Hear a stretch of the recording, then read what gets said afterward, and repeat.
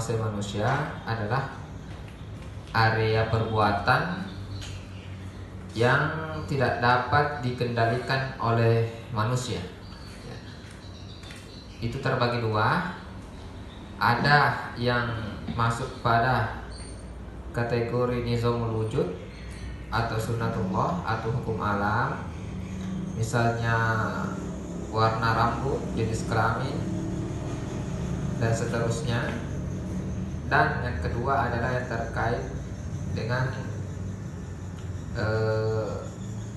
yang tidak termasuk nizamul wujud tapi tetap tidak dapat dikendalikan oleh manusia, yaitu perbuatan yang berasal dari dirinya maupun yang menimpa dirinya. Yang perbuatan yang berasal dari dirinya, misalnya dia ingin menembak burung tapi meleset kena orang lain. Atau yang menimpanya adalah dia tiba-tiba terkena peluru nyasar. Nah, itu area yang tidak termasuk nizamul wujud tapi tetap menguasai manusia. Nah,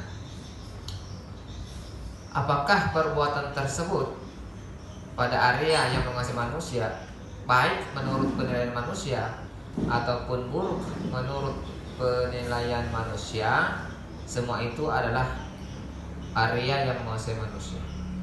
Jadi yang dimaksud dengan baik dan buruk di sini maksudnya adalah menurut penilaian manusia. Ya, menurut penilaian manusia ya. Bukan baik dan buruk menurut Allah, bukan. Karena kalau baik atau buruk menurut penilaian Allah itu kita tidak tahu sampai Allah memberikan kita informasi. Tapi yang dimaksud di sini baik dan buruk adalah menurut penilaian manusia.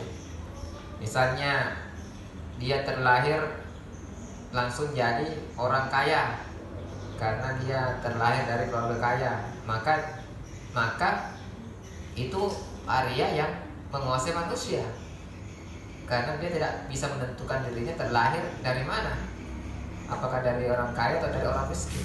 Tapi pas dia itu terlahir dari orang kaya, dia suka, dia mengatakan baik, ya kan? Tapi pas dia terlahir dari orang miskin, dia tidak suka, maka dia mengatakan buruk. Nah, itu dimaksud dengan baik dan buruk menurut penilaian manusia. Nah, penilaian manusia ini kan subjektif kan. Jadi apapun penilaian kita manusia, ya itu wilayah yang menguasai manusia.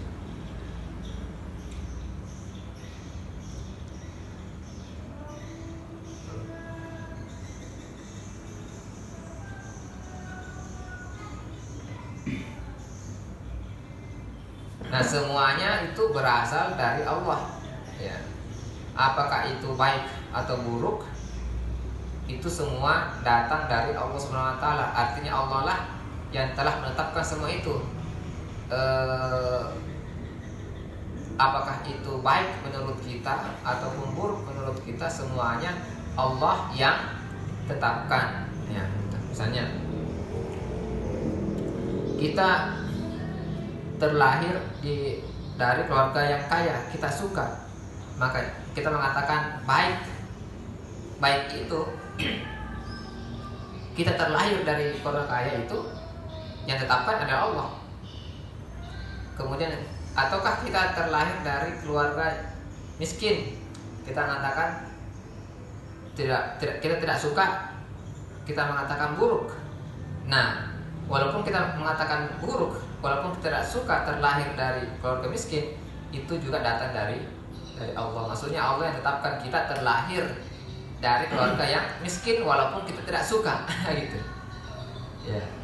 Allah tetapkan kita terlahir dari keluarga kaya dan kebetulan kita suka. Ya, itu. Jadi apakah itu baik menurut kita ataupun buruk menurut kita, penilaian subjektif manusia, pasti semua itu Allah yang tetapkan. Ya. Jadi wilayah yang menguasai kita itu terkait dengan nizamul wujud. Ya, tidak terkait dengan nizamul wujud. Misalnya ketika kita membidik burung, tembak burung langsung kena burungnya, maka kita maunya itu kena burungnya ya kan. Pas kena tepat, maka kita mengatakan wah saya suka. Nah, ketika kita kena burung itu, maka kita mengatakan kita suka. Nah, itu juga berasal dari Allah. Dan ketika kita tidak kena burung tersebut, maka kita mengatakan buruk karena tidak suka. Kenapa tidak kena? Itu pun Allah yang tetapkan. Atau misalnya kita tiba-tiba terkena peluru nyasar, kita mengatakan buruk. Terkena peluru nyasar itu pun datang dari Allah Subhanahu wa taala, walaupun kita katakan buruk. Atau misalnya tiba-tiba kita duduk-duduk, tiba-tiba langsung datang orang memberikan kunci mobil. Langsung memberikan kunci mobil. Nah, itu kita katakan baik. Ya, kita katakan baik. Nah, itu yang tidak kita sangka-sangka datang kepada kita yang kebetulan kita suka, itu juga datang dari Allah. Ya. Nah, yang kita tidak sangka-sangka datang kepada kita yang buruk bagi kita, itu juga datang dari Allah. Jadi wilayah atau area yang menguasai manusia, apakah itu baik atau buruk menurut kita, maka semuanya itu datang dari Allah Subhanahu wa taala. Artinya Allah lah yang telah menetapkan semua itu. Dan kita tidak dapat mengelak. Kita tidak dapat memilih di situ, dan kita tidak dapat berbuat apa-apa di situ. Semuanya atas kendali 100% Allah Subhanahu wa taala, dan kita tidak diberikan sedikit pun pilihan untuk menolak atau menerima. Kita hanya dipaksa untuk melakukan perbuatan di situ. Nah, apakah kita suka atau tidak, itu semuanya Allah yang telah tetapkan.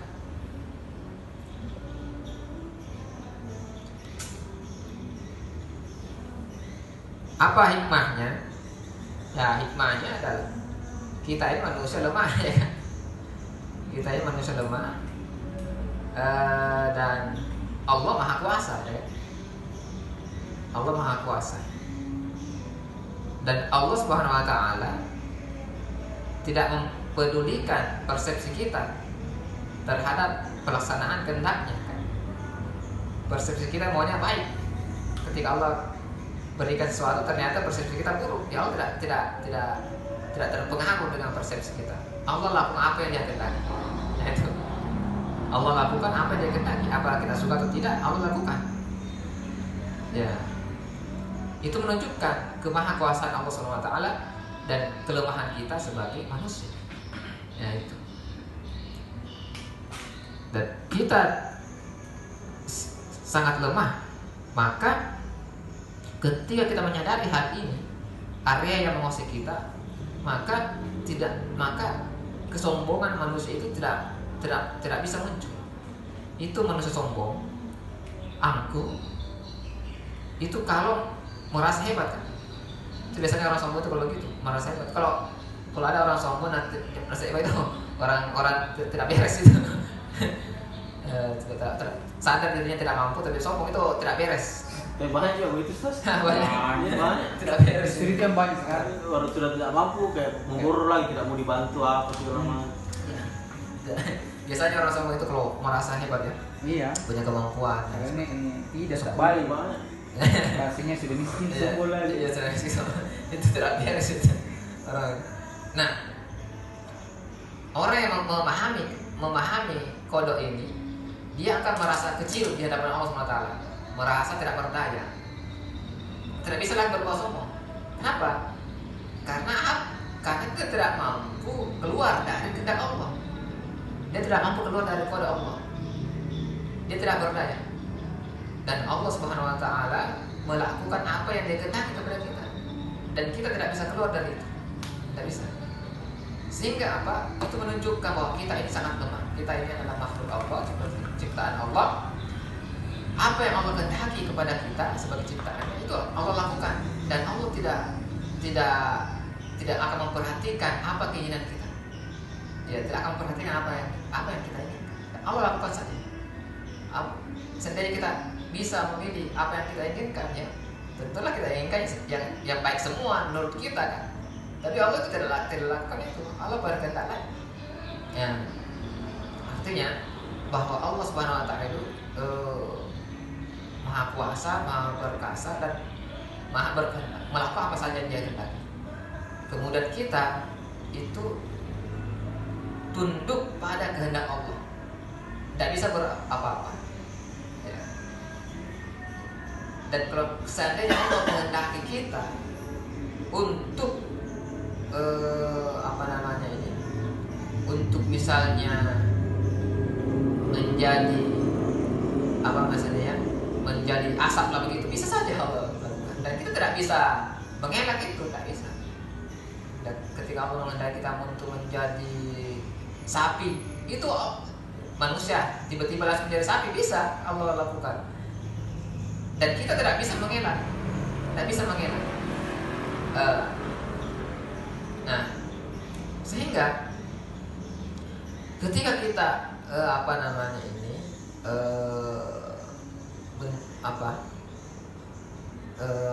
mendapatkan sebuah kodok, ya, jadi kita masuk dalam area kodok dan ternyata kita suka kodok itu, maka itu karena karunia dari Allah Subhanahu Wa Taala, karunia.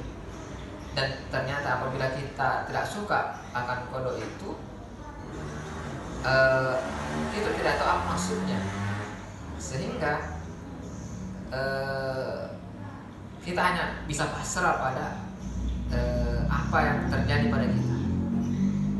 Dan itu menunjukkan bahwa kita ini sangat lemah dan tidak berdaya, ya. Sangat lemah dan tidak berdaya, sehingga manusia itu tidak kesombongannya itu tidak bisa muncul ketika memahami konsep kodok ini, tidak bisa muncul. Dia ingin bersikap angkuh, perkasa, nah ternyata untuk mengubah warna biji matanya saya tidak bisa, ya. Nah, itu menunjukkan bahwa dia itu tidak tidak berdaya sama sekali di hadapan Allah Subhanahu Wa Taala. Nah, lalu bagaimana mungkin kita bisa menantang Allah, ya? Bisa menantang. Wah, saya tidak takut sama Allah. Nah, saya tidak takut. Kalaupun Allah itu memasukkan saya neraka, biarkan sajalah. Saya tidak takut. Itu orang yang tidak memahami, tidak sadar akan hakikat dirinya, tidak sadar akan hakikat kodok sebenarnya. Kalau dia sadar hikmahnya, maka tentu dia akan ketakutan di hadapan Allah Subhanahu Wa Taala.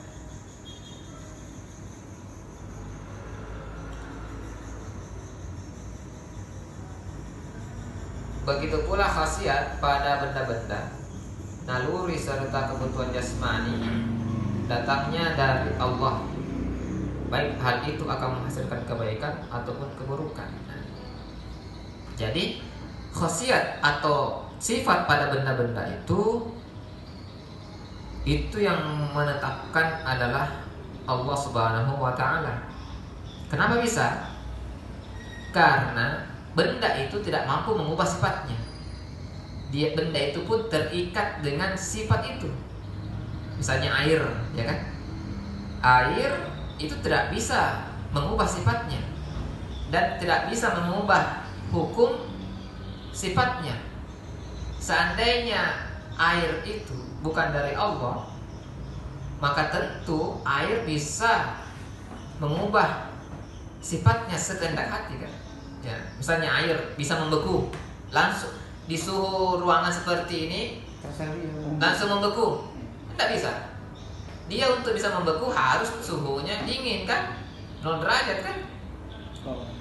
Artinya apa? Sifat air ini bukan air yang tentukan, di luar air. Nah, di luar itu, air itu adalah Allah Subhanahu Wa Taala. Allah Subhanahu Wa Taala. Nah, itu bukti bahwa khasiat-khasiat atau sifat-sifat pada benda seluruh materi yang ada di dunia ini, semua yang tetapkan adalah Allah Subhanahu wa taala. Itulah disebut qadar. Qadar adalah semua khasiat yang ada pada benda-benda yang tetapkan adalah Allah Subhanahu wa taala. Allah yang menetapkan bahwa air ini begini, kayu begini, ya kan? Udara ya begini seperti itu, dan seterusnya. Oh,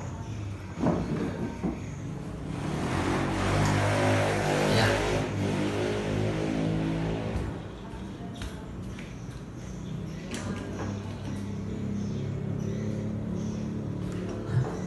Ya. Ya.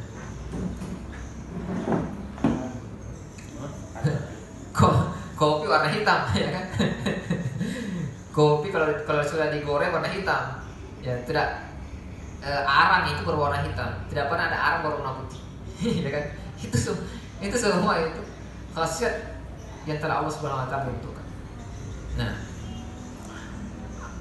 apakah khasiat itu menurut persepsi manusia baik bagi dirinya ataukah buruk bagi dirinya? Apapun itu Allah yang tentukan, dan kita tidak ada andil sedikit pun terhadap penentuan khasiat itu.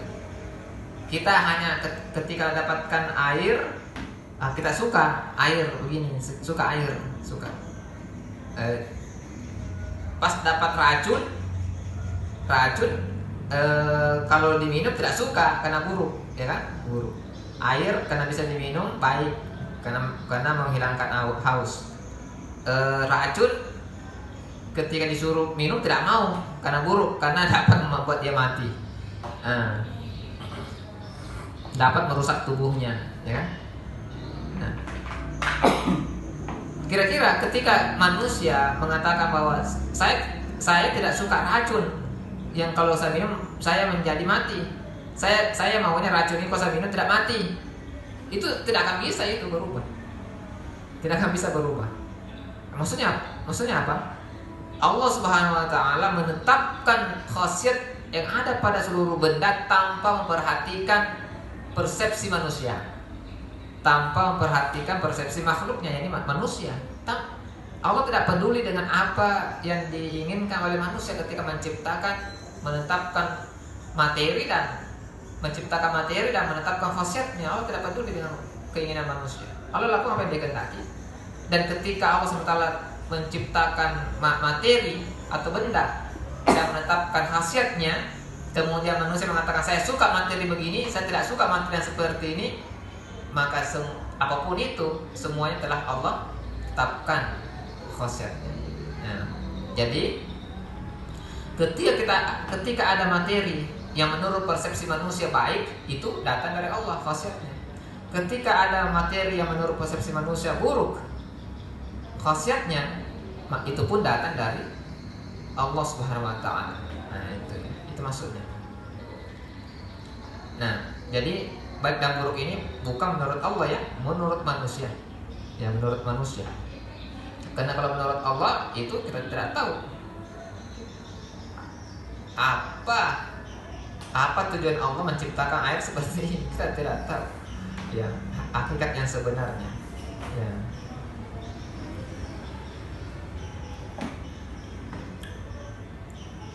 Ya, semua datang dari Allah Subhanahu wa taala.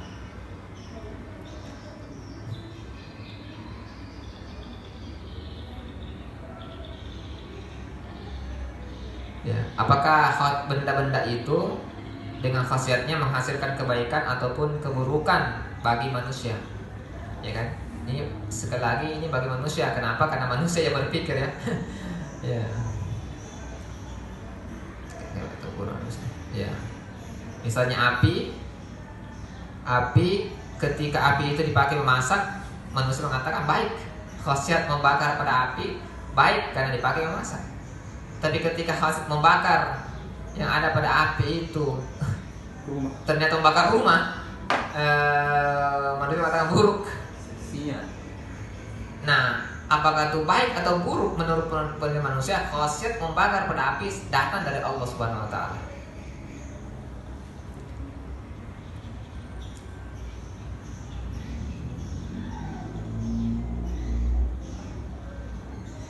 Karena itu wajib bagi seorang muslim untuk beriman kepada qada, yang qada itu adalah perbuatan yang ada pada wilayah yang menguasai manusia, itu qada ya. Baik dan buruknya itu datang dari Allah SWT. Jadi kita wajib beriman bahwa perbuatan yang berada pada area yang menguasai kita, apakah itu baik atau buruk, menurut persepsi manusia, itu datang dari Allah SWT. Jadi kita wajib beriman pada itu. Dengan kata lain, dia wajib meyakini bahwa semua kejadian yang berada di luar kekuasaannya datangnya dari Allah SWT. Ya, itu ya. Jadi, ketika ada satu kejadian di luar dari kekuasaan kita atau di luar kehendak kita, maka kita meyakini bahwa itu semuanya itu Allah yang telah tetapkan. Wajib pula bagi seorang muslim untuk beriman kepada qadar, baik dan buruknya dari Allah Subhanahu wa taala. Baik khasiat-khasiat tersebut akan menghasilkan kebaikan ataupun keburukan. Nah, itu ya. Jadi kita manusia wajib meyakini bahwa qada dan qadar itu semuanya datang dari Allah Subhanahu wa taala, apakah itu menghasilkan kebaikan maupun keburukan bagi kita. Semuanya itu datang dari Allah Subhanahu wa taala. Manusia sebagai makhluk tidak mempunyai pengaruh apapun dalam hal ini. Nah, artinya tidak ada satupun daya dan upaya manusia pada qada dan qadar ini. Manusia seperti bulu yang diterbangkan oleh angin. Ia tidak punya andil dalam masalah ajal, ya. Jadi ajal itu batas waktu kehidupan. Kapan batas waktu kehidupan kita? Itu bukan kita yang tentukan, tapi Allah Subhanahu wa taala yang telah tentukan. Allah Subhanahu wa taala yang telah tetapkan. Namanya qada, ya kan? Ajal itu adalah qada, bagian dari qada. Ajal itu bagian dari qada Allah yang telah tetapkan. Ketika manusia ingin mempercepat ajalnya, tidak bisa. Ketika manusia ingin memperlambat ajalnya pun tidak bisa. Dia terpaksa pada ajal. Walaupun kita ini mau mati sekarang, kalau memang belum waktunya tidak bisa mati. Ya, bagaimanapun caranya kita akan mati, tidak bisa mati. Tapi ketika kita ingin tetap hidup dan ternyata ajalnya sudah sampai dan kita berusaha untuk tetap hidup pun tidak bisa untuk tetap hidup. Bagaimanapun cara kita untuk lari dari kematian itu tidak bisa, karena ajalnya sudah ditetapkan oleh Allah SWT. Nah, ajal itu qada. Kapan kita mati itu adalah qada, ya, itu adalah qada dan tidak bisa kita kendalikan, di luar kuasa kita. Sehingga apa, mestinya masalah ajal ini karena qada, ya tidak usah dipikir. Ya, tidak usah dipikir kapan yang saya mati ya. Ya, kalau sudah waktunya akan mati. Apakah saya akan mati kalau saya begini? Kalau berubah jadi tidak akan mati. itu saja itu. Jadi masalah aja tidak ada yang tahu, ya, kecuali Allah SWT, dan tidak ada yang mampu mengendalikan yang namanya aja, karena dia qada, paksaan dari Allah SWT. Itu juga menentukan bahwa manusia itu lemah. Allah yang telah tetapkan kapan dia hidup, kapan dia mati. Allah pun yang telah tetapkan berapa lama dia hidup, ya, berapa lama dia hidup dan berapa lama dia mati. Allah semua yang tetapkan. Itu menunjukkan kelemahan manusia dan keperkasaan Allah Subhanahu wa taala. Rezeki, ya, rezeki pun itu qada, ya, qada, ketetapan Allah. Bagaimanapun kita berusaha kerja, kalau Allah telah tetapkan rezekinya segitu, ya segitu saja. Bagaimanapun kita tidak kerja santainya bagaimanapun, kalau tetap rezekinya banyak ya banyak juga. Jadi rezeki itu adalah kodok dari Allah Subhanahu wa Ta'ala, bukan usaha kita. Ya. Bukan usaha kita. Apa usaha kita? Usaha kita adalah menjemput rezeki. Tapi rezekinya berapa ya Allah telah tetapkan. Iya, itu. Bagaimanapun kita banting tulangnya seperti apa ya, rezeki tetap Allah yang tetapkan. Nah, sehingga apa? Sehingga ketika kita memahami masalah rezeki ini, ada rezeki ini maknanya umum ya. Jangan pikirkan rezeki itu uang. Rezeki itu umum, sangat umum itu, sangat luas itu maknanya rezeki ya. Uang rezeki juga, kesehatan rezeki juga, istri soleha rezeki juga, anak soleha rezeki juga, kesehatan rezeki juga, istri sehat, anak-anak sehat rezeki juga. Kita bisa pakai kendaraannya orang, rezeki juga. Kita bisa tinggal di rumahnya orang, rezeki juga itu. Jadi jangan persempit rezeki itu kepemilikan, bukan. Rezeki itu bukan kepemilikan, tetapi apa yang bisa kita pakai, apa yang bisa kita manfaatkan, itu namanya rezeki. Iya. Maupun walaupun bukan milik kita, ada orang. Jadi jangan persempit rezeki uang, atau jangan persempit rezeki itu milik hak milik, bukan. Rezeki itu luas sekali. Pokoknya apapun yang bisa kita manfaatkan namanya.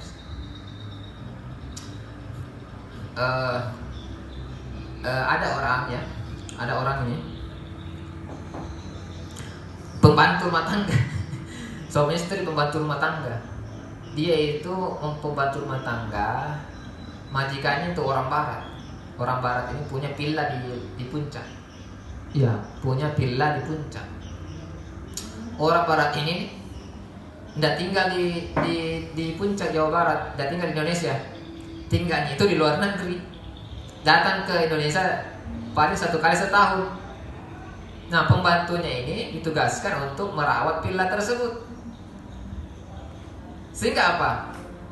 Ketika dia ditugaskan merawat villa tersebut, dia bisa menikmati seluruh fasilitas villa itu secara bebas. Ya, Dan dia pun dikasih uang sama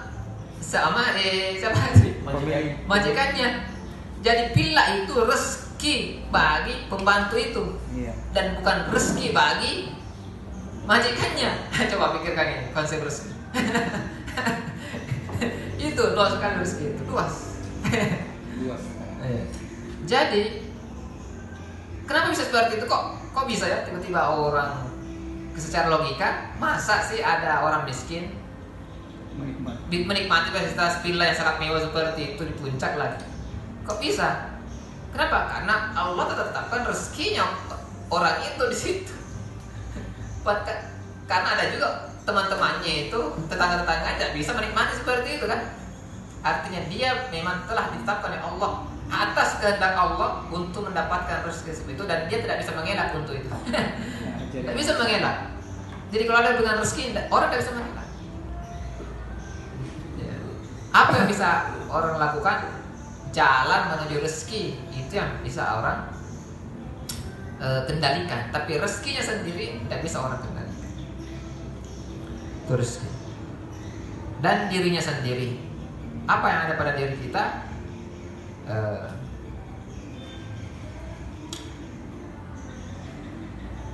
fisik kita, ya. Kemudian khasiat ada pada fisik kita, naluri kita, kebutuhan jasmani kita, itu semuanya Allah yang telah tetapkan, tidak bisa kita kendalikan. Ya, ya. Semua itu dari Allah Subhanahu Wa Taala. Ya, semuanya adalah dari Allah Subhanahu Wa Taala.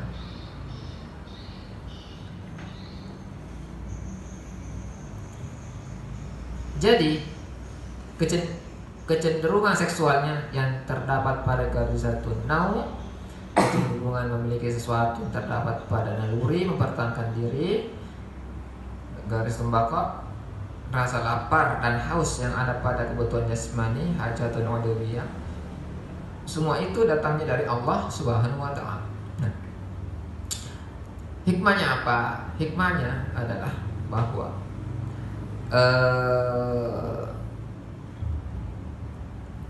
kita ini mestinya itu sangat sangat bersyukur, sangat berterima kasih kepada Allah SWT. Kenapa? Karena Allah berkehendak untuk menciptakan kita. Ya. Pernah dengar kata-katanya saya Anggi Siraj itu, kalau kita maknai dalam maknanya itu. Walaupun kalau orang tidak paham itu dia katakan sesat ini saya suka. Dia kata sesungguhnya hakikat yang ada ini tidak ada. Hakikat yang tidak ada itu ada. Kenapa? Karena dari tidak ada menjadi ada karena diadakan oleh yang ada. Oh. Besi Kayak tren. buku singa. Besi tren nih. Bulan terakhir. Ya. Itu sebenarnya maknanya dalam itu. Maknanya dalam. Maksudnya apa? Maksudnya adalah hakikatnya kita ini yang kita ini kan ada ya. Itu sebenarnya tidak ada. Dan Allah SWT yang kita lihat tidak ada, itu sebenarnya itulah ada. Ada. Dan apa yang kita lihat ada ini, itu keberadaannya itu karena diadakan oleh Allah SWT. Dari tidak ada menjadi ada. Artinya apa? Pada hakikatnya semua makhluk yang ada di dunia ini hakikatnya sebenarnya tidak ada. Cuma Allah berkehendak untuk mengadakan. Cuma Allah SWT berkehendak untuk mengadakan. Termasuk kita sebenarnya tidak ada sebenarnya. Tapi Allah SWT itu mengadakan kita, berkehendak untuk mengadakan kita. Coba pikir kalau Allah SWT tidak menciptakan kita, kan kita tidak ada kan? Itu di situ kita sangat bersyukur. Sangat bersyukur bahwa Allah telah menciptakan kita. Lalu ketika Allah menciptakan kita, itu ternyata Allah menciptakan kita sebagai seorang manusia. Ketika kita terlahir ke dunia itu apa namanya? Kodok kan? Kodok, area yang menguasai kita kan? Kita terlahir sebagai manusia itu juga kodok. Karena kita tidak bisa mengendalikan kita mau terlahir sebagai apa kan? Semua atas kehendak Allah. Nah, Allah SWT atas karunia-Nya itu menciptakan kita sebagai manusia. Maka kita pun bersyukur di situ. Sangat bersyukur. Karena seandainya kita terlahir sebagai apa itu? Hewan, sapi atau kambing, bisa saja kan Allah berkehendak untuk menciptakan kita sebagai kambing, kan bisa saja. Atau menciptakan kita sebagai tumbuh-tumbuhan, ya kan, rumput dimakan sama sapi. Atau bisa saja Allah menciptakan kita sebagai udara, ya kan. Atau bisa saja menciptakan kita sebagai api. Atau menciptakan kita sebagai planet, ya misalnya gitu, bumi, ya kan. Bumi ini kan, buminya ada, itu karena Allah kehendaki dia tercipta kan. Tapi Allah menghendakinya berbentuk sebagai bumi, tidak berbentuk sebagai manusia. Tetapi kita dikehendaki Allah berbentuk sebagai manusia. Dan manusia itu adalah makhluk Allah yang paling sempurna yang pernah Allah ciptakan. Maka kita bersyukur. Kita sangat bersyukur. Sampai di situ kita sangat bersyukur, sangat berterima kasih kepada Allah ketika memahami kode ini. Karena kita tercipta sebagai manusia itu di luar kendali kita sebenarnya, di luar kendali. Dan Allah ternyata berkehendak menciptakan kita sebagai makhluk yang paling sempurna, yaitu manusia. Disitulah letak kesyukuran kita, letak kesyukuran dalam posisi kodok ini ya, dalam posisi kodok. Nah, ya kalau kita pikirkan hikmahnya ya, pikirkan. Nah, kemudian Allah menciptakan naluri yang ada pada diri kita. Naluri ya, naluri. Allah menciptakan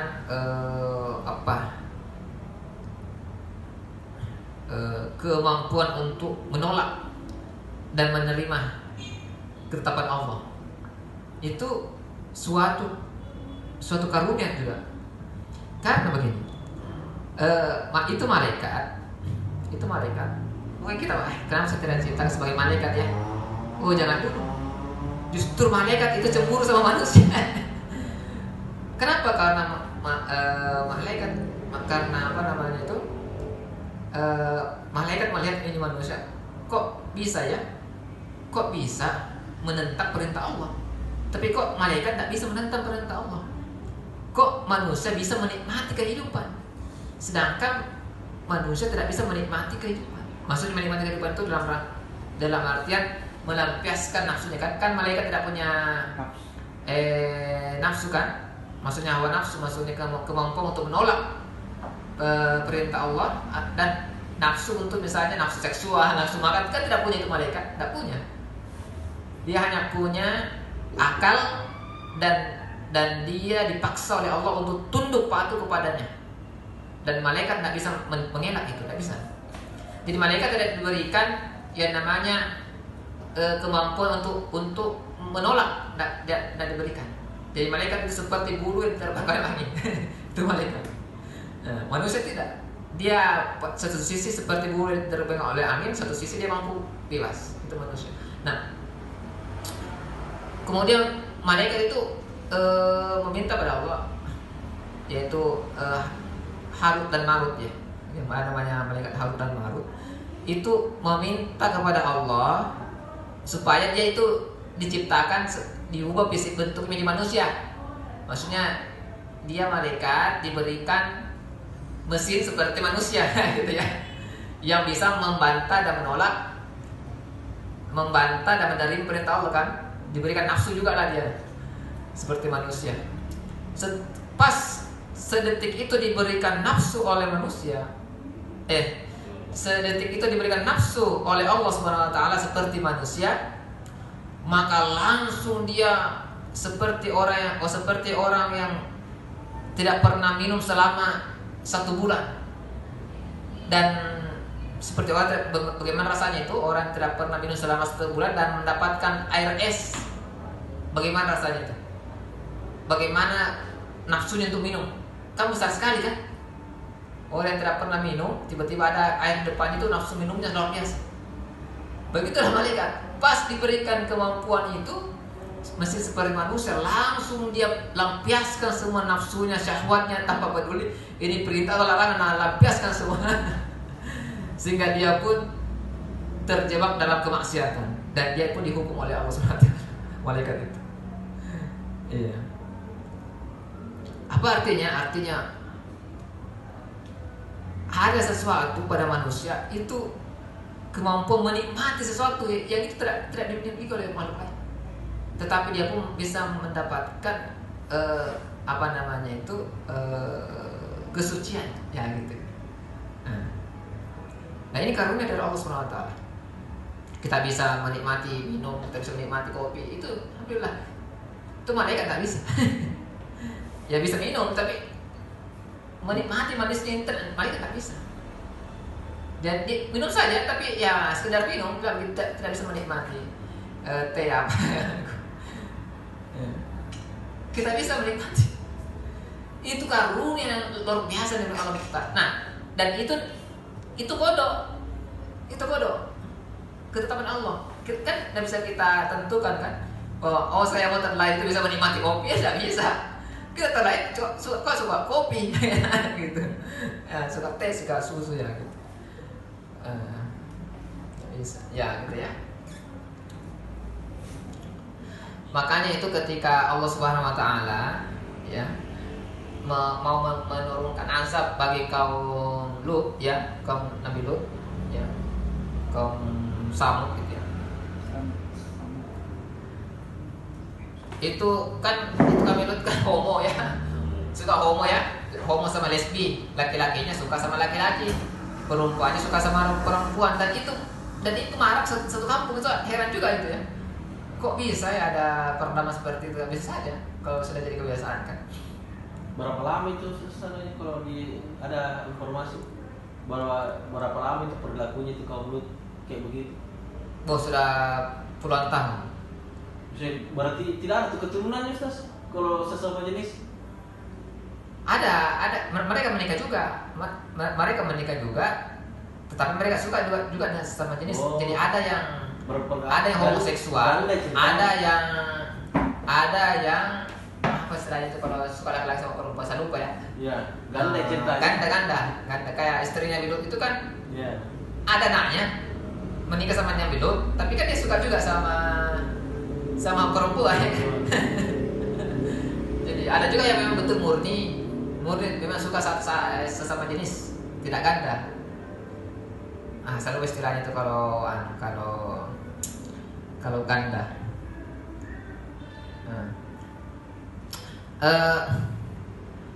Maka datang Nabi Lut. Tapi disuruh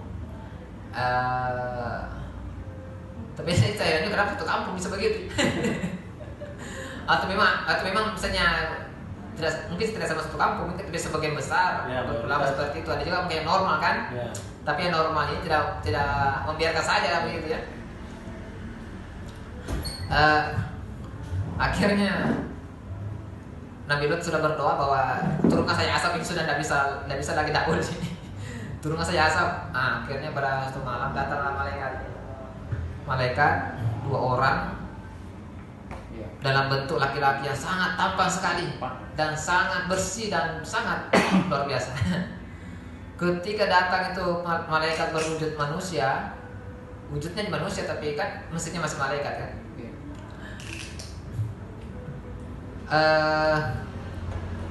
Maka semua itu laki-laki itu mendatangi itu malaikat dan memperkosanya.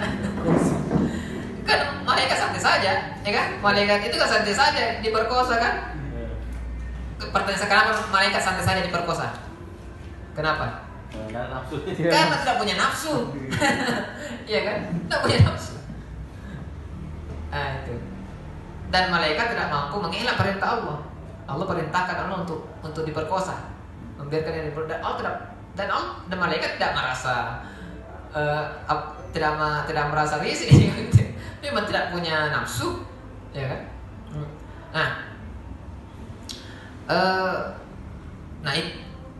Dan kita manusia itu diberikan nafsu dan itu merupakan nikmat yang sangat besar kalau dimanfaatkan dengan baik. Ya.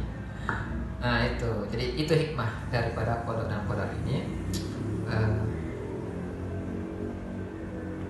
Dan area kodok dan kodar ini adalah area yang menguasai manusia. Di situ tidak ada pahala dan siksa, ya. Ya karena itu area yang menguasai manusia, maka di situ tidak ada pahala dan siksanya, tidak ada pertanggungjawabannya. Allah tidak akan minta pertanggungjawaban. Nah, pada area ini, kalau kita mendapatkan kodok dan benda kita itu khasiatnya baik, atau kodok yang kita dapatkan kodok yang baik, maka cara menyikapinya adalah bersyukur, ya kan? Bersyukur. Cara mensikapinya adalah bersyukur. Bersyukur itulah wilayah yang kita kuasai yang mendapatkan pahala. Ya, jadi kalau kita mendapat kodok dan kodar itu baik, berarti kita bersyukur. Ya, bersyukur. Bagaimana cara bersyukur? Cara bersyukur itu adalah meningkatkan iman dan takwa. Itu. Kita terlahir dari orang tua yang kaya, ya kita bersyukur.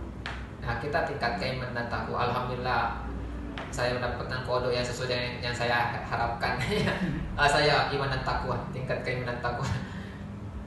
Pas dapat kodok dan kodar yang buruk, maka kita bersabar. Ya. Bersabar. Bagaimana cara bersabar? Meningkatkan iman dan takwa juga. Ya, meningkatkan iman dan takwa juga. Ya, meningkatkan iman dan takwa. Itu cara bersabar ketika mendapatkan kodar dan kodar yang buruk, yaitu bersabar. Nah, cara bersabar bagaimana? Bertahan dan meningkatkan iman dan takwa ketika dalam keburukan tadi. Maksudnya ketika dalam kodar-kodar yang buruk, ya, itu kita bertahan dalam iman dan takwa sehingga iman dan takwa kita meningkat. Jadi ketika kita mendapatkan kodar dan kodar baik maupun buruk, maka semestinya itu dapat meningkatkan iman dan takwa. Ya, dapat meningkatkan iman dan takwa. Ya, karena kenapa? Karena semuanya itu datang dari Allah. Dan kita berprasangka baik kepada Allah, dan memang seperti itu, bahwa ketika kita mendapatkan kodar dan kodar, ya, apakah itu baik atau buruk, semuanya datang dari Allah sebagai apa? Sebagai ujian. Ya, sebagai ujian bagi kita. Jadi Allah tetapkan kodar dan kodar yang baik ataupun buruk sebagai ujian. Nah, ujian itu dua. Ada yang berupa nikmat, yaitu kebaikan, dan ada yang berupa musibah, yaitu keburukan. Nah, semuanya ujian untuk apa? Untuk meningkatkan iman dan takwa. Karena sejatinya apa? Karena sejatinya dunia ini hanyalah tempat ujian saja, bukan akhir, tapi tempat ujian. Ya, seperti itu. Nah, itu mestinya sikap kita menghadapi kodar-kodar apakah itu baik atau buruk yang datangnya dari Allah Subhanahu wa taala. Baik, silakan kalau ada yang ingin ditanyakan. Saya ini sedikit saja masalah tadi, masalah rezeki. Kan memang tadi rezeki itu dipandang luas, umum. Kemudian bagaimana pendapat yang mengatakan bahwa ikhtiar itu bisa merubah rezeki? Misalnya begini, kayak banyak orang yang bilang itu rezekimu sudah kayak ditakar, tapi kalau kau tidak pergi ambil, berarti kau tidak dapat rezeki. Nah, itu kan ada biasa kadang pendapat yang berbeda, bilang bagaimana mungkin kau bisa mati sedangkan rezekimu belum bisa mau ambil. Nah, sementara misalnya kalau ada orang yang kelihatannya santai-santai, tidak berusaha, apakah misalnya yang tadinya itu rezeki berupa uang, karena dia tidak berikhtiar berusaha mencari uang, akhirnya itu rezeki berganti menjadi rezeki kesehatan misalnya, atau bagaimana? Karena misalnya tadi yang pendapat yang bilang, misalnya yang kadang banyak kita dengar, ada itu rezekimu, misalnya kayak semacam itu Allah misalnya titipkan rezekimu di bank, sisa bagaimana mami cara pergi ambil di bank, tuh. Tapi kalau kau tidak pergi ambil di bank, tinggal terus itu rezeki. Nah, sementara ini tadi kalau kita bilang, nah sudah ditetapkan Allah rezeki, tidak bisa, tidak bakalan mati satu orang kalau dia tidak ambil itu rezeki, sementara dia tidak berusaha tadi itu bagi ambil itu rezekinya. Jadi kayak bagaimana itu pada anunya? Dengan rezeki dengan ikhtiar.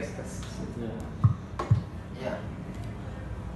Keyakinan rezeki itu datang dari Allah SWT sebagai qada itu masuk wilayah hati atau masuk dalam wilayah keyakinan. Jadi itu pekerjaan hati, pekerjaan keyakinan. Ya, dia pekerjaan keyakinan. Sedangkan ikhtiar itu pekerjaan fisik, ya. Ya, otak. Pekerjaan otak, pekerjaan fisik, ya, amal perbuatan. Ini dua hal yang berbeda. Jadi dalam masalah keimanan kita wajib meyakini bahwa rezeki itu datang dari Allah Subhanahu wa taala. Tetapi pada satu sisi dalam wilayah amal Allah perintahkan kita untuk bekerja. Nah, perintahkan kita untuk bekerja. Jadi kita bekerja itu tujuannya apa sebenarnya? Tujuannya mencari rezeki? Saya bukan. Tujuan bekerja bukan mencari rezeki. Ya, tujuan bekerja itu bukan cari rezeki. Salah. Banyak orang masih berpikir begitu. Tujuan kerja, tujuannya apa? Tujuan kerja adalah cari pahala. Paham? Yang mengatakan tujuan kerja cari rezeki itu materialisme. Ya paham materialisme. Kenapa mereka katakan kerja rezeki? Karena pikirannya materi, tidak percaya sama Tuhan. Nah. Ya, baik. Ya, baik. Jadi bagi orang yang beriman pada Allah, khusus pada qada, pada rezeki ini, tujuannya kerja itu cari pahala. Cari pahala. Bukan cari rezeki. Kenapa kalau rezeki itu sudah tak Allah. Duduk-duduk begini itu datang sendiri rezeki, bukti datang sendiri. Ini. Saya tidak pernah minta diberikan ini teh, datang sendiri. Ya kan? Datang sendiri ini teh. Saya tidak minta, saya tidak pesan, saya tidak pernah pesan di bawah. Tolong ambilkan saya teh. Kemudian saya bayar, nggak pernah dan tiba-tiba datang. Sisa minum saya kan? ceritanya, lo gimana sama karena bapaknya ini Bekerja itu bukan mencari rezeki. Iya. Jadi rezeki itu adalah karunia dari Allah agar apa? Agar menunjang kehidupan manusia. Itu Allah berikan rezeki. Jadi rezeki itu seperti ibu yang menyuapi anaknya. Jadi Allah itu memberikan rezeki kepada kita itu seperti ibu menyuapi anaknya. Menyuapi anaknya. Jadi anaknya tidak usah usaha, ya makan saja terus nih, makan saja. Usaha. Nah. Jadi walaupun kita itu baring apa semacam, rezeki datang sendiri. Berarti tidak usah pusing ini soal rezeki. Ya, tidak usah pusing. Pakai itu aja supaya Ini. Oh iya.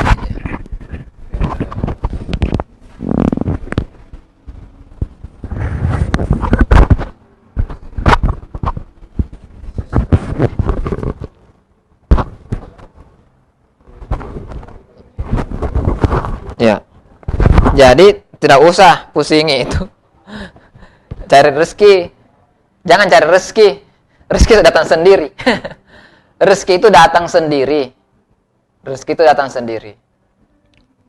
Rezeki dalam artian umum ya. Rezeki itu datang sendiri. Jadi kita kerja apa tujuannya? kalau pendidikan start kerja jangan cari rezeki nanti banyak itu apa itu ya?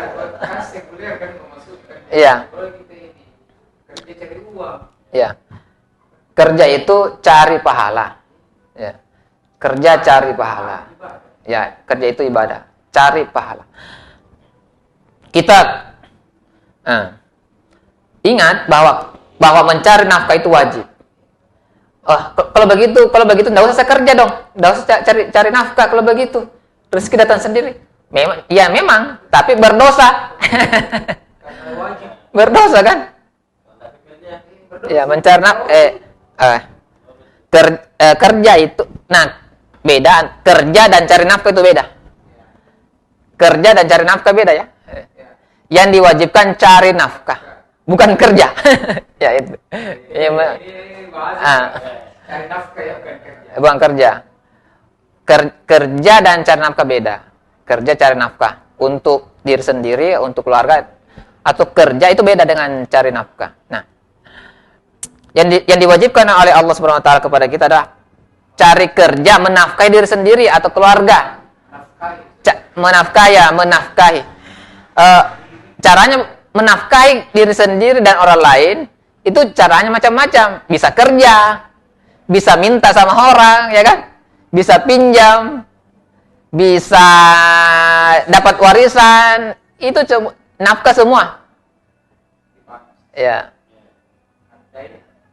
Ya, itu semua. Kayak macam begini saya itu. Oke. Artinya kayak saya misalnya, artinya orang tua agak lumayan ada. Jadi saya pada saat saya mikir, kita paksa sekali diri tak bekerja terus. Namanya warisan mau ditunggu. Apalagi kalau Nafkah. kita pikir umur berapa juga. Nafkah ya apa namanya misalnya kayak apa namanya uang yang kita perlukan ini misalnya anggaplah 25 tahun ke depan misalnya. Saya rasa sih kayak kalau misalnya artinya kita berpikir apa sebenarnya agak sedikit berpikir masa bodoh sih, cuma kan tidak salah juga barangkali Ustaz. Maksudku saya kan saya tetap mencari nafkah, tetap tapi kan saya kan tingkat mencari nafkah kita tidak kupaksa sekali, artinya saya lebih misalnya mengutamakan ibadah, Artinya jangan terlalu paksa itu. Yang penting ada di aktivitas mencari nafkah, tidak perlu dipaksakan sampai tengah malam apa begadang untuk memikirkan ini. Saya kalau capek gitu pulang mungkin lagi istirahat. Kalau yang penting ada bisa kayak rutin. Kayak sekarang saya Ustaz, saya tiap hari itu komitmen dalam diriku, saya harus ngantor di kafe ini mulai jam 9 sampai pada duhur. Biasanya orang itu kan sampai jam 5 sore. Kalau orang jam-jam kerjaan atau tapi kita izin ngatur nih. Akhirnya saya putuskan ya sampai kita sisanya untuk keluarga, untuk berbagi dengan dakwah misalnya juga. Jadi saya porsi-porsikan itu waktuku setiap hari seperti itu. Jadi saya terlalu mencari nafkah sudah ada juga. Iya, itu benar itu sudah ya sudah betul ya. Karena begini, alasannya apa? Alasannya satu, cari nafkah kemudian bangun rumah besar untuk apa? Untuk apa cari nafkah? Membangun istana untuk apa? Yang penting nafkahin kita bukan bangunan. Iya. Bangunan yang mau dikasih makan. Iya, kalau bangun istana makan. Untuk apa bangun seperti istana? Nah, kita mau mati nanti kan? Kalau kita mati siapa yang nikmati nanti? Ada tinggal kan. Saya nikmati. Paling istri kan? Bagaimana kalau istri nikah lagi? Nikah, kemana juga. Bagaimana kalau istri kita nikah lagi? Paling suaminya yang nikmati itu rumah kita kan? Nah, gitu. Maksudnya apa? Maksudnya rezeki itu datang dari Allah. Artinya apa? Membuat kita tenang. Membuat kita tenang. Orang yang meyakini bahwa rezeki datang dari Allah itu hatinya tenang, pikirannya tenang. Karena kenapa? Dia yakin bahwa dia akan tetap hidup. Karena Allah yang membuat dia hidup dengan rezekinya. Sehingga apa? Sehingga dia tuh pikirannya, wah Pak, kalau saya tidak kerja tidak bisa hidup. Kalau saya tidak kerja tidak bisa makan. Itu kenapa? Tidak yakin rezeki itu datang dari Allah. Akhirnya apa? Akhirnya dia harus pinjam uang di bank riba, ya kan?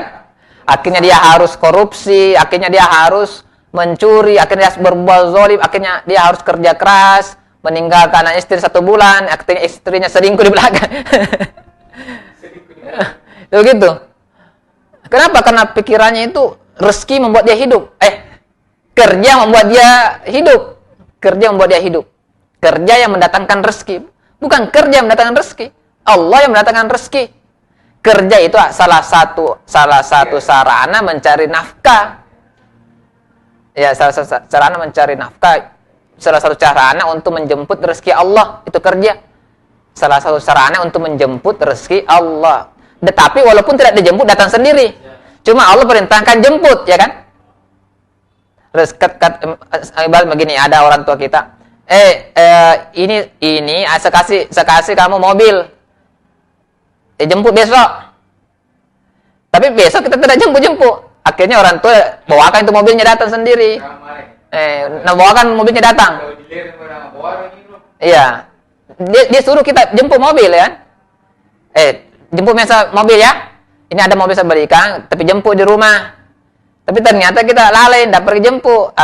Akhirnya orang tua terpaksa suruh pembantunya antarkan mobil ke rumah kita. Datang mobilnya, tapi apa dikatakan orang tua sama kita? Apa yang dilakukan orang sama kita? Dimarahi kan? Kamu itu sudah dikasih mobil, disuruh saya pergi jemput, tidak mau. Padahal saya suruh jemput supaya bisa ketemu sama anaknya. Dimarahi sama orang tuanya, tapi mobilnya datang juga ya. Nah, begitulah rezeki. Rezeki Allah berikan. Allah perintahkan jemput. Tapi kita tidak jemput. Ya dikasih sendiri. Tapi apa yang terjadi? Allah marah sama kita. Ya. Gitu maksudnya. Oh, macam. Jemputnya apa? Bagaimana cara menjemput rezeki? Mencari nafkah. Mencari nafkah itu macam-macam. Ya, itu bisa kerja, bisa meminta sama orang, bisa berutang, bisa mencuri, bisa ambil riba, macam-macam cari nafkah itu. Cuma kata Allah, cari nafkah yang halal, jangan cari nafkah yang haram, ya kan? Ya. Mau yang halal mau haram, ya ambil saja. Tapi ingat, kalau halal saya kasih pahala, tapi kalau haram saya kasih dosa. Kayak gitu. Oh ya. Jadi apa maksudnya ini? Apa hikmahnya? Kita tenang hidup kita. Tidak pusing. Kalau saya tidak kerja ini. Wah, akhirnya apa? Akhirnya keluarga terlantar. Mestinya keluarga mau dijagai, akhirnya tidak dijagai. Karena kita harus pergi kerja, ya kan? Itu. Akhirnya apa namanya? Sehingga dengan begitu kita bisa tenang hidup ini, tenang. Tidak pusing memikirkan rezeki. Ya. Yang kita pikirkan itu adalah nafkah. Kita sudah mencari nafkah. Nah, adapun cara kita mencari nafkah itu mau seperti apa? Ya, yang ditetapkan adalah halal. Yang ditetapkan adalah yang halal, ya, halal. Dan ingat bahwa dalam mencari nafkah itu macam-macam. Kalau kita kerja sama orang, salah satu cari nafkah kan kerja kan? Kerja itu bisa kerja sama orang, namanya ajir. Jadi ajir kan, jadi karyawan orang kan? Nah, jadi karyawan orang. Ketika kita jadi karyawan orang, itu bagian dari cari nafkah kan? Nah, ketika kita jadi karyawan orang, kita kan ada akad ya? Ada akad. Nah, ketika kita berakad, maka Allah pun perintahkan untuk melaksanakan akad sekuat kemampuan kita, profesional ya. Ya jangan sampai kita mengatakan, ya yang penting kan rezeki saya sudah ditetapkan oleh Allah ya. Saya mau kerja salah-salah saja deh. Iya, rezeki akan datang sendiri. Tapi berdosa. Kenapa berdosa? Melanggar akad ijarah tadi. Yang tadinya kita berjanji kepada orang itu kita akan melakukan pekerjaan dari jam 7 sampai jam 4 sore, tapi kita sampai jam 1 saja, itu melanggar akad, berdosa. Ya, itu. Jadi luas ini kalau mau diuraikan itu luas sekali. Nah, intinya adalah yang harus kita pegang adalah rezeki itu datang dari Allah, jadi tidak usah pusing, tidak usah pusing. Jadi yang harus kita lakukan sekarang adalah cari nafkah. Bagaimanapun cari nafkah kita terserah bagaimana. Yang penting halal dan sesuai dengan perjanjiannya, ya kan? Sesuai dengan perjanjiannya. Kalau kita sendiri yang kerja ya bebas kan, tidak ada urusan kan kalau kita sendiri yang kerja. Misalnya kita usaha sendiri kan tidak ada urusan.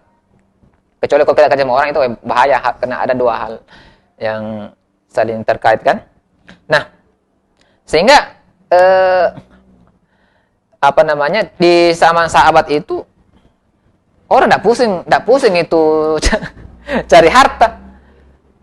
Itu coba lihat Rasulullah SAW itu, ya kan? Itu Rasulullah itu hidupnya kan sederhana sekali kan?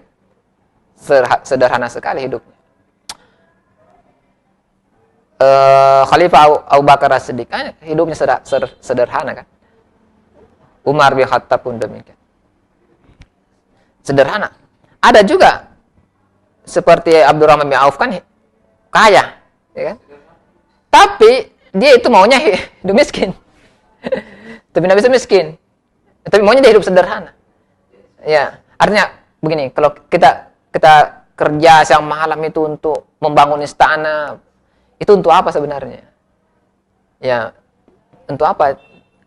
Mestinya yang kita pikirkan adalah siang malam ini adalah bagaimana caranya supaya terikat terus dengan syariat Islam.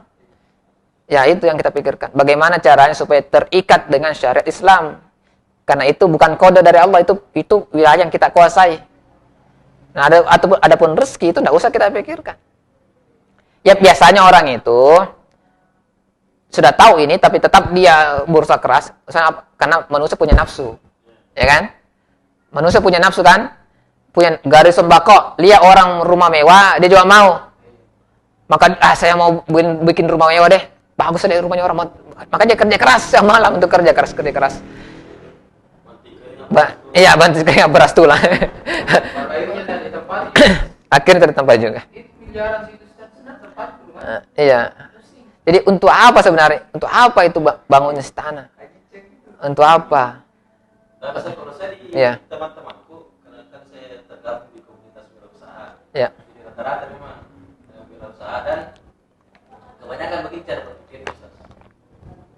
Cara berpikirnya dia mau besarkan bisnisnya, baru bikin kayak habis Quran, apa segala macam yang bagaimana dan ceritanya dia itu besarkan bisnisnya supaya bisa memberi manfaat yang sebanyak-banyaknya buat orang lain. Ya. Tapi yang saya perhatikan, Terikat atau cara misalnya kayak waktu sholat misalnya tidak tepat waktu, menunda-nunda. Misalnya kalau ada kayak seminar-seminar begitu, azan orang ini masih bicara. Tapi kalau kita tanya visinya, tujuan jangka panjangnya itu, karena dia selalu ada di komunitas kita ada peribahasanya begini, kita tidak bakalan tahu amalan apa yang akan membawa kita ke surga. Begitu selalu yang sering ulang-ulang tuh. Jadi makan. Betul juga sih. Maksudnya kan tidak ada orang juga yang bisa ya bilang apa cocok begini amalan apakah ini amalan sudah bisa membawa ke surga. Jadi makanya dia cuma itu saat yang agak ganjil menurut saya. Misalnya kayak lagi ada seminar tiba-tiba masuk waktu sholat, tidak ada goyang. Tidak ada goyang ini kayak tidak tergerak hatinya itu lah itu stop dulu lah kita break dulu sholat atau apa di belakang terikat kurang syara gitu. kenapa apakah bisa nyambung ini apa tujuannya kan sangat mulia nih kalau mau dipikir tapi secara apa namanya kesehariannya itu yang karena kita juga tidak tahu bagaimana tapi kan keseringannya kita lihat begitu Ustaz. Jadi saya bisa ambil kesimpulan kapan dan tepat waktu caranya sholat ini karena beberapa kali ada kegiatan begitu ilmunya sikapnya Ya. Jadi biasanya itu biasa orang kan bisa lip service toh. Di sini kita tidak tahu juga apakah dia lip service atau apa. ya. Atau bahasa diplomatis atau apa ini tidak tahu juga. Tapi apa namanya itu kalau memang dia tujuannya seperti itu kerja mau bangun pesantren ya bagus ya kan bagus ya bagus cuma persepsi kita harus dirubah dulu bahwa walaupun bagaimana kalau kerja setengah mati ternyata rezekinya sedikit bisa bangun tapis bisa kah dia kerja banting tulang peras keringat ya tapi rezekinya sedikit memang posisinya besar mau bangun mau bangun pesantren tapi karena Allah tambahkan rezeki sedikit ya tidak bisa ya kalau rezeki itu misalnya milik sendiri kan kecuali kalau dia bangun tahfiz ya pondok pesantren rezekinya masih gitu tapi apa namanya rezekinya itu dia pahami bukan cuma milik sendiri tapi bisa jadi pemberian orang lain kan atau wakaf dari orang lain dia yang kelola kan nah, jadi apa ya jadi cara berpikirnya itu kurang tepat lah kerja untuk cari rezeki. Nanti kalau dapat rezeki bangun pesantren. Bagaimana kalau rezekinya tidak sampai? Dalam arti milik sendiri. Ya kan? Mestinya itu kerja cari pahala. Punya visi bisa bangun pondok pesantren. Jadi dua hal yang berbeda. Jadi kita punya visi bangun pondok pesantren. Kemudian kita kerja itu untuk cari pahala. Ya. Nah, bagaimana cara bangun pondok pesantren? Kalau kita kerja, dapat gaji, ya kita sisihkan untuk kemudian sambil berusaha cari rekanan. Seperti ada mau impakkan tanahnya, wakafkan. Ada wakafkan semen, wakafkan batu, dia yang kelola, bangun pesantren, begitu. Nah, kalau seperti tadi, ya kalau memang rezekinya memang banyak, sampai misalnya banyak ya, atau milik sendiri, maka alhamdulillah lah itu tercapai. Tapi kalau tidak sampai bagaimana? mindset ini. Saya pikir Mindset. bahwa harus juga dilihat bahwa meskipun mungkin banyak rezekinya kan Allah memberikan pilihan kita mau memilih jalan kerja itu haram atau halal. Ya jangan sampai misalnya ternyata jenis usaha kita itu bergabung dengan maksiat, kemudian disisihkan untuk membangun pesantren, tidak nyambung juga saya pikir, Ustaz. Iya betul, betul juga. Ya jadi Terikat hukum syara. ya harus terikat, pekerjaannya harus terikat dengan usaha. Jadi itulah Halal haram. mencari nafkah. Jadi rezeki itu kodok. Jalan menggapai rezeki itu, jalan mencapai rezeki itu adalah, atau jalan menjemput rezeki itu wilayah yang kita kuasai. Bisa jalan halal, bisa jalan yang haram. Nah, lalu kemudian kalau misalnya kayak tadi itu nah itulah tadi ya. Itulah tadi dampak bahayanya kalau mindset kita itu kerja cari rezeki. Mindset kita itu bahwa kalau rezeki tidak dicari tidak akan datang, itu bahayanya. Akhirnya kita setengah mati kerja, datang waktu sholat, wah ya, jadi nanti deh, nanti lagi wah ya, wah itu mindset begitu bahaya. Jadi kerja cari rezeki dan rezeki tidak akan datang kalau tidak dijemput, itu bahaya. Bahaya mindset seperti itu. Selain salah juga mempengaruhi kehidupan.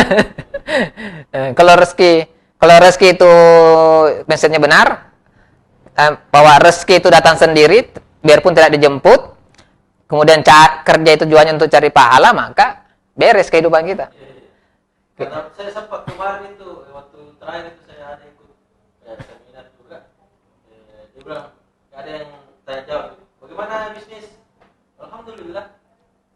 Kayaknya itu yang narasumber kayak tidak sepakat itu, kalau maksudnya jangan melakukan pembenaran dengan kata-kata alhamdulillah. Maksudnya apa? Kan terkadang menurut mungkin persepsinya itu orang, kalau orang ditanya bilang bagaimana alhamdulillah, berarti kita tidak anu nih, tidak Ini maksud lagi kondisi bagus ya. tidak maksud kayak begini. Mungkin lagi kenapa di bisnis ini kayak tidak bergerak misalnya tuh, terus ditanya bagaimana, alhamdulillah saya syukuri. Kayaknya dia kayak Oh iya, oke. Iya. Jatuh, ya, pembenaran mau apa nih kalau maksudnya maksudku saya dalam hati susah tahu ya kalau orang kadar bersyukurnya begitu ditanya, ya syukuri aja bilang segitu jadi. Oke, paham. Iya. Kenapa maksudnya? Iya. Disalahkan itu pembenaran. Enggak artinya apa? Bukan berarti orang alhamdulillah dan bisnisnya begitu-begitu saja dikatakan bilang kayak pembenaran itu, misalnya kenapa kok tidak berusaha keras untuk kasih naik bisnismu misalnya kayak gitu ya. Jangan kok cari pembenaran bilang alhamdulillah masih jalan, padahal menurut pandangannya dia stagnan aku itu harus kok belajar lebih Jadi kata bekerja. alhamdulillah katanya mungkin tidak cocok. Iya. Untuk Masa jangan sampai di situ enggak apa-apa. Kalau orang sudah kadarnya Iya, Pak. kesyukurannya itu.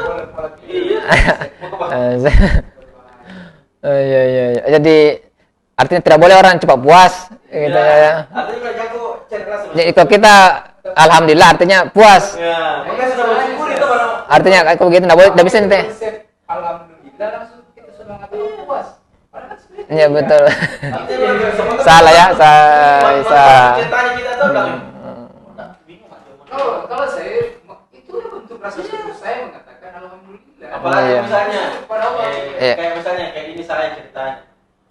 Cukup dipakai banyak karyawan misalnya itu cukup pakai. Alhamdulillah masih bisa bertahan. Ada itu untuk dipakai untuk keluar ke istilahnya, walaupun mungkin untuk ganti motor belum bisa. Iya. Tapi kan alhamdulillah tapi saya tidak mau tidak mau debat kan, kita tidak anu tuh. Tidak paham. Ya. Kayaknya cuma tapi aku tanya bilang, oh, kok ukur di tingkat kesyukurannya orang dengan cara cari pembenaran itu tidak. Bisa jadi memang bentuk kesyukurannya orang begitu bentuknya. Iya. Tidak mau kata-kata apa lagi kamu bilang. Iya, saya tidak mau alhamdulillah. Nanti salah alhamdulillah kalau begini. Iya. Maksudnya saya bilang lebih keras kok bekerja lebih. Oh, bahaya. Materialisme itu materialisme betul. Realistis. Karena dia bilang, ya Allah itu kasih potensi besar, kenapa? Ya, kayak kau batasi dirimu misalnya. Gitu. Oh, jadi maksudnya itu potensi itu harus untuk materi, mencari materi di. Wow. Berusaha lagi. Mencari materi? Pokoknya ya, itu barangkali. Wah, konsep itu materialisme syariah.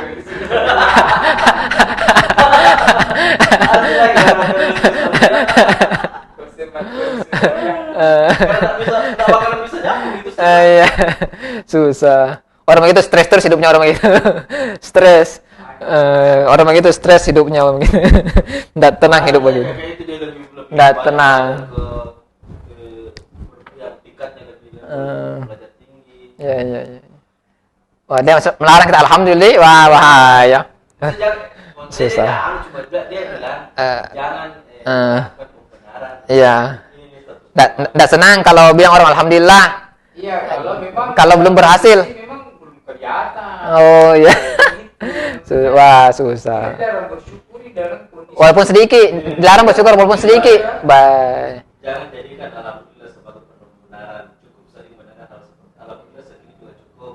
Alhamdulillah saya begini sajalah. Alhamdulillah saya bersyukur orangnya biar sedikit tidak usah terlalu banyak. Jangan dijadikan alhamdulillah sebagai pembenaran untuk tidak belajar dan bertumbuh. Seolah-olah itu cukup untuk menjadi bersyukur. ini persoalannya kan belajar tidak Ketakwaan seorang muslim tidak berhenti di alhamdulillah. Harus ada perbaikan dan pertumbuhan setiap hari. Yang maksudnya kayak begitu dia Ustaz, Pak.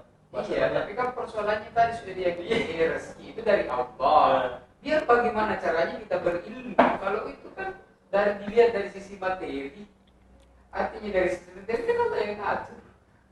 Biar bagaimana kita kerjanya kalau memang Allah memberikan dalam bentuk materi atau rezeki yang lain, kita tidak bisa mengukur. Ini anak-anak dalilnya. Bukankah dalilnya yang merugi adalah mereka yang harinya sama dengan hari kemarin? Ya, dia pakai dalilnya itu Ustaz. Dia bilang, Jadi orang yang sama dengan hari ini adalah orang yang merugi. Hmm. Orang yang lebih baik yang Lebih baik hari ini daripada adalah celaka. kemarin. Adalah celaka. Itu ada memang. Jadi, makanya dia selalu kayak kalau sama ini hari dan ini hari keadaan dengan besok merugi kok. Itu dari yang pakai. Oh, oke. Makanya dari itu anggap berjatuh. Alhamdulillah saya bro harus kelebihan. Apa namanya? Peruntukan dari yang tidak tepat. Oke. Ini harus dalam persoalan imam kalau begini. Harus lebih baik imam. Jadi kalau sedikit itu tidak mau bersyukur. Soalnya pembenaran. Misalnya kalau dia Kalau sedikit ini bilang ke alhamdulillah kira itu pembenaran. Udah Ustaz. Begitu. Ini kan sekuler. Dia memaknai bahwa kehidupan itu dalam materi saja. Dia tidak menganggap bahwa pertambahan hari ini dengan hari kemarin itu adalah bisa saja karena ada pengetahuan baru kan. Oh iya betul. Bukan sekedar materi kan? Ini persoalannya dipatok dari sisi Materi. Oh iya betul. Inilah penempatan dari yang salah. Iya cocok. Susah itu. Mungkin misalnya kita tidak bergeser misalnya. Ya, tapi ada lain. Pengetahuan bertambah. Misalnya. Lebih baik ya, berbaik ya. Yang diukur harus materi saja. Ya itu masalah itu terlalu sempit anunya ya. Sempit pemahamannya. Iya betul rezeki itu materi. Disuruh tidak boleh mengatakan alhamdulillah dari satu sisi saja. Padahal dari sisi yang lain kita bisa alhamdulillah. Mungkin di sisi saya kayak saya misalnya stagnan misalnya jalan di tempat. Tapi saya bersyukur dari sisi saya, tapi di sisi lain saya juga bersyukur karena pengetahuan saya bertambah. Karena mempunyai waktu yang banyak untuk menggali ilmu. Yang merugi itu kalau tidak ngapa-ngapain atau lebih parah lebih banyak membuat hal-hal yang mubah. Iya. Membuat hal-hal yang Macam-macamnya kayak bermalas-malasan. Masalah ya betul. Itu yang merugi. Kita ini dari sisi bisnisnya sudah mengupayakan mengoptimalkan, tapi Allah memang memikirkan. Iya, betul. Alhamdulillah. Iya. Ini tahu itu. Kalau begitu bukan alhamdulillah. Betul.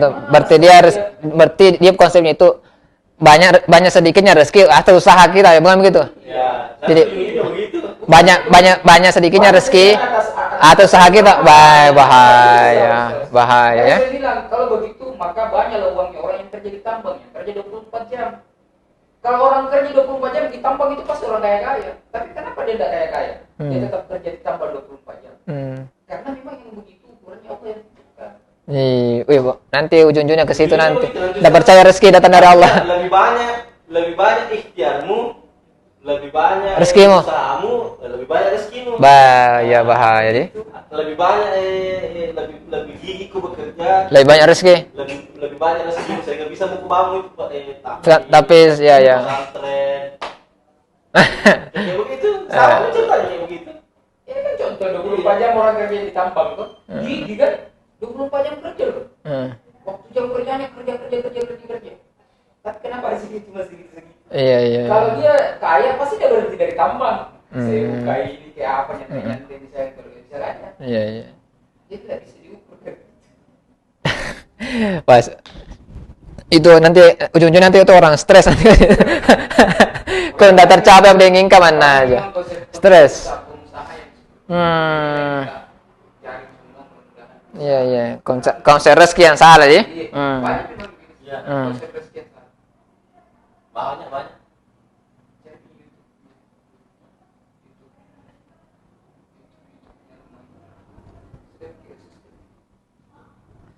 Lanjut ya Mas. Ya baik. Lanjut lagi? Ya baik. Kalau gitu kita cukupkan. Ya. Offset lagi nanti. Ya offset. Kalau lanjut nih offset pasti. Kita nggak ada masalah. Ya baik, kita cukupkan dengan membaca doa kepada Subhanakallahumma bihamdika nasyhadu an la ilaha illa anta wa nastaghfiruka wa natubu ilaik. Assalamualaikum warahmatullahi wabarakatuh. Waalaikumsalam.